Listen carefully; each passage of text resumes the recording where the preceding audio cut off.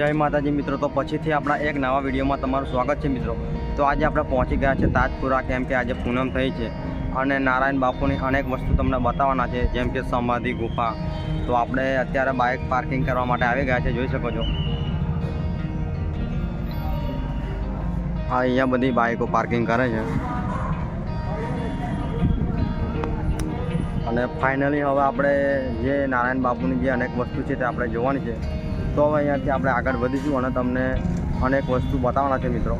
તો વિડીયોમાં છેલ્લે સુધી બન્યા રહેજો, કેમ કે વિડીયોમાં બહુ જ મજા આવવાની છે મિત્રો। તો ફટાફટ હવે આપણે આગળ વધીશું મિત્રો મંદિર તરફ જવા માટે। તો મિત્રો ગેટ આવી ગયો છે નારાયણ બાપુના મંદિરે જવાનું। તો જોઈ શકો છો કે આ છે પ્રવેશદ્વાર જય નારાયણ બાપુના મંદિરે જવાનું। તો ફાઇનલી હવે આ ગેટેથી આપણે પસાર થઈ અને नारायण बापूना मंदिर तरफ जईशुं અને શું શું વસ્તુ જોવાલાયક છે એ તમને બતાવીશું મિત્રો। અને અહીંયા પૂનમ ભરવાથી કેટલા ભક્તોનું કામ થાય છે એ પણ તમને બતાવવાના છે। તો મિત્રો જોઈ શકો છો કે કેટલું બધું આ ભક્તો છે તે દર્શન માટે ઉમટ્યા છે પૂનમના દિવસે। અને હવે આપણે આગળ વધીશું મંદિર તરફ જવા માટે। અને અહીંયા નારાયણ બાપુની અનેક વસ્તુ તમને એક વસ્તુ તમને ધ્યાનથી બતાવવાના છે મિત્રો। તો મિત્રો તમે જોઈ શકો છો કે હવે આપણે જે નારાયણ બાપુની જૂની વસ્તુ છે તે જોવા જઈશું। અહીંયા તમે અનાજ જે પણ લાવો છો, બાજરી ઘઉં એ મૂકી શકો છો અહીંયા। અને હવે આપણે નારાયણ બાપુની જૂની યાદો ફરીથી તાજી કરવાની છે।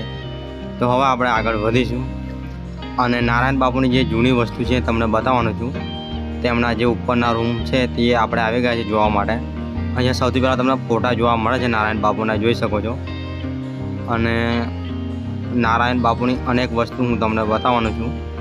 તો સૌથી પહેલાં તમને આ ફોટા જોવા મળે છે અને ઉપર જઈશું આપણે, બધી વસ્તુ એમની જૂની છે તે ઉપર છે। તો ફાઇનલી આપણે ઉપર જઈશું અને જૂની વસ્તુ હું તમને બતાવીશ। નારાયણ બાપુની થાળી વાડકી તથા બધું જ છે મિત્રો। અહીંયા નારાયણ બાપુના ફોટાના તમે દર્શન કરી શકો છો। અને આ છે નારાયણ બાપુની પ્રતિમા। તો તમે અહીંયા પહેલાં દર્શન કરી શકો છો। અહીંયા દર્શન કર્યા પછી આપણે આગળ વધીશું। તો અહીંયાથી આપણે દર્શન કરી લીધા છે ફાઇનલી અને હવે આપણે આગળ વધીશું। અને આ રૂમ છે તે નારાયણ બાપુની જૂની વસ્તુઓ છે આ જગ્યા પર, હું તમને ફાઇનલી બતાવીશ હવે। જેમ કે અહીંયા ફોટા જોવા મળે છે, જોઈ શકો છો કે અહીંયા થાળી વાડકી ચંપલ પણ છે, નારાયણ બાપુના ચશ્મા પણ છે। અને જોઈ શકો છો બધી જ જૂની વસ્તુ તમને જોવા મળે છે નારાયણ બાપુની, જેમ કે થાળી વાડકી તથા બધું જ છે અહીંયા, જોઈ શકો છો। અહીંયા નારાયણ બાપુના કપડાં પણ જોવા મળે છે, જોઈ શકો છો। આ બધી નારાયણ બાપુની જ વસ્તુ છે મિત્રો, જોઈ શકો છો તમે। અત્યારે પણ સંભાળીને રાખવામાં આવી છે, કેમ કે ઘણા બધા ભક્તો જોઈ શકે। આ છે નારાયણ બાપુનો ફોટો। તો તમે અહીંયા દર્શન કર્યા પછી તમે આગળ વધી શકો છો મિત્રો। આ છે નારાયણ બાપુની ગાદી। તો અહીંયા પણ તમે દર્શન કરી શકો છો મિત્રો। અને પૂનમ ભરવાથી તમારા દરેક કામ થાય છે। અહીંયા ઘણા બધા ભક્તો છે તે પૂનમ ભરવાની બાધા લે છે। કોઈ પણ બાધા તમે લઈ શકો છો મિત્રો। પૂનમ ભરવાની બાધા લો છો તો તમારી અવશ્ય જે પણ બાધા લો છે એ પૂરી થાય છે। અહીંયા કેટલો બધા ભક્તો છે દર્શન કરવા માટે આવે છે, જોઈ શકો છો। બહારથી ભક્તો છે તે આવે છે આ મંદિરે મિત્રો। અને પૂનમના દિવસે તમને આટલી ભીડ વધારે જોવા મળે છે। આ ગુફા તરફ જવાનું છે આપણે, જોઈ શકો છો ગુફા તરફ જવાનો રસ્તો। ફાઇનલી આપણે નારાયણ બાપુની જે ગુફા છે ત્યાં જઈશું।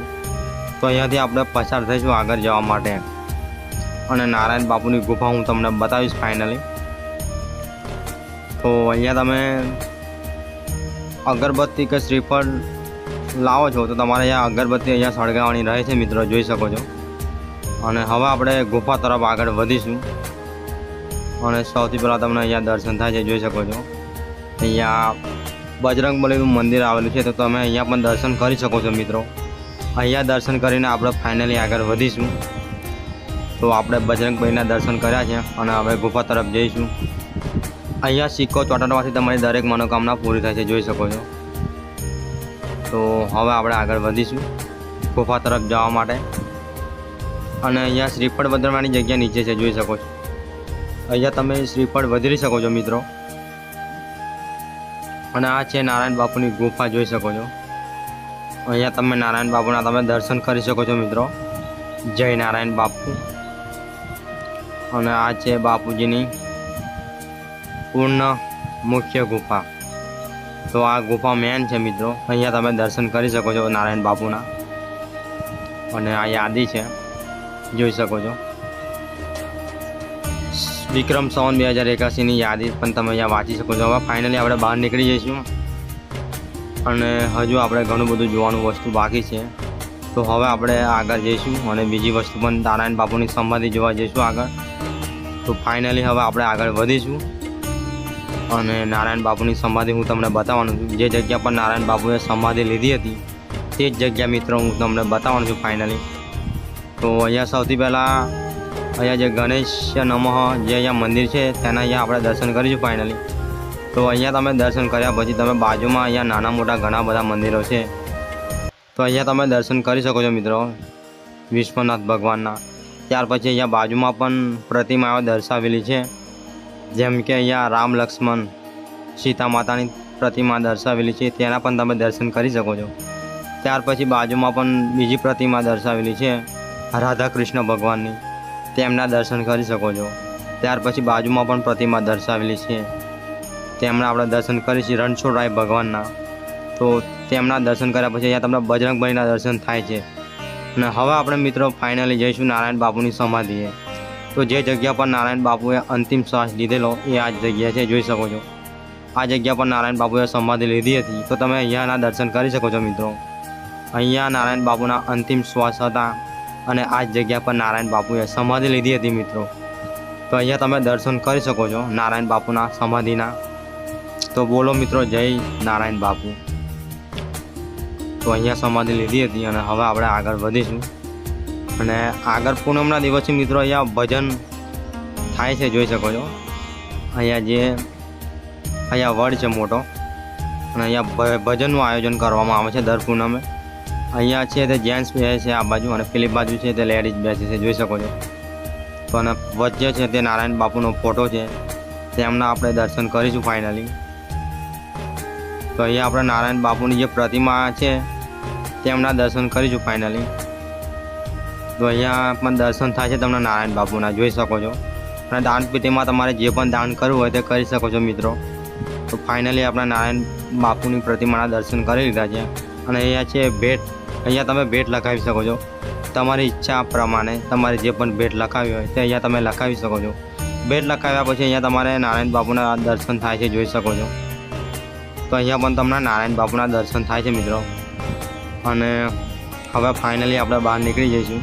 અહીંયા પાણી પીવાની પણ સુવિધા રાખવામાં આવી છે ભક્તો માટે, જોઈ શકો છો. જગ મૂકેલા છે ફાઇનલી. અહીંયા છે શ્રી નારાયણ આઈ હોસ્પિટલ. તો મિત્રો અહીંયા દર્દીઓ માટે અહીંયા ફ્રીમાં તમને આંખોનું ઓપરેશન કરી આપવામાં આવે છે. અહીંયા જોઈ શકો છો. આ જગ્યા તમને નારાયણ બાપુની મંદિરની બહાર જોવા મળે છે. આ ટાઈમ છે સોમવારથી શનિવાર, રવિવારે રજા રહે છે. સવારથી 8થી 11:30 અને બપોરના અઢીથી તે 3:30, બરાબર મિત્રો એ ટાઈમ છે. તો ત્યાં પણ તમે ફ્રીમાં ઓપરેશન કરી શકો છો તમારે કોઈ પણ દાદી દાદા હોય તેનું. અને અહીંયા મિત્રો ભોજનની વ્યવસ્થા કરવામાં આવે છે. તો દર પૂનમે મિત્રો આ જગ્યા પર ભોજન રાખવામાં આવે છે ભક્તો માટે. તો તમે પૂનમના દિવસે તાજપુર આવો છો તો મિત્રો અહીંયા તમારે ભોજન કરીને જવાનું રહે છે અને નારાયણ બાપુની પ્રસાદી તમારે લઈને જવાનું રહે છે મિત્રો. તો અહીંયા 11 વાગે ભોજન ચાલુ થઈ જાય છે મિત્રો. તો ફાઇનલી ભોજનની તૈયારી કરી દેવામાં આવી છે, જોઈ શકો છો. અને મિત્રો અહીંયા 2200થી વધુ પણ ભક્તો અહીંયા જમી શકે છે એકસાથે, એટલું મોટું બનાવવામાં આવ્યું છે અહીંયા.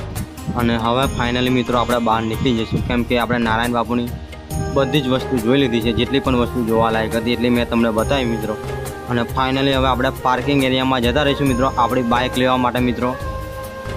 આપણે નારાયણ બાપુના દર્શન કર્યા અને સાથે સાથે અનેક વસ્તુ નારાયણ બાપુની જોઈ. તો મિત્રો જે પણ વસ્તુ જોવાલાયક હતી એટલી તમને બતાવી. તો આટલેથી આપણો વિડીયો છે તે સમાપ્ત કરે છે. જો તમને વિડીયો સારો લાગ્યો તો લાઇક છે, સબસ્ક્રાઈબ જરૂર કરજો મિત્રો. જય માતાજી.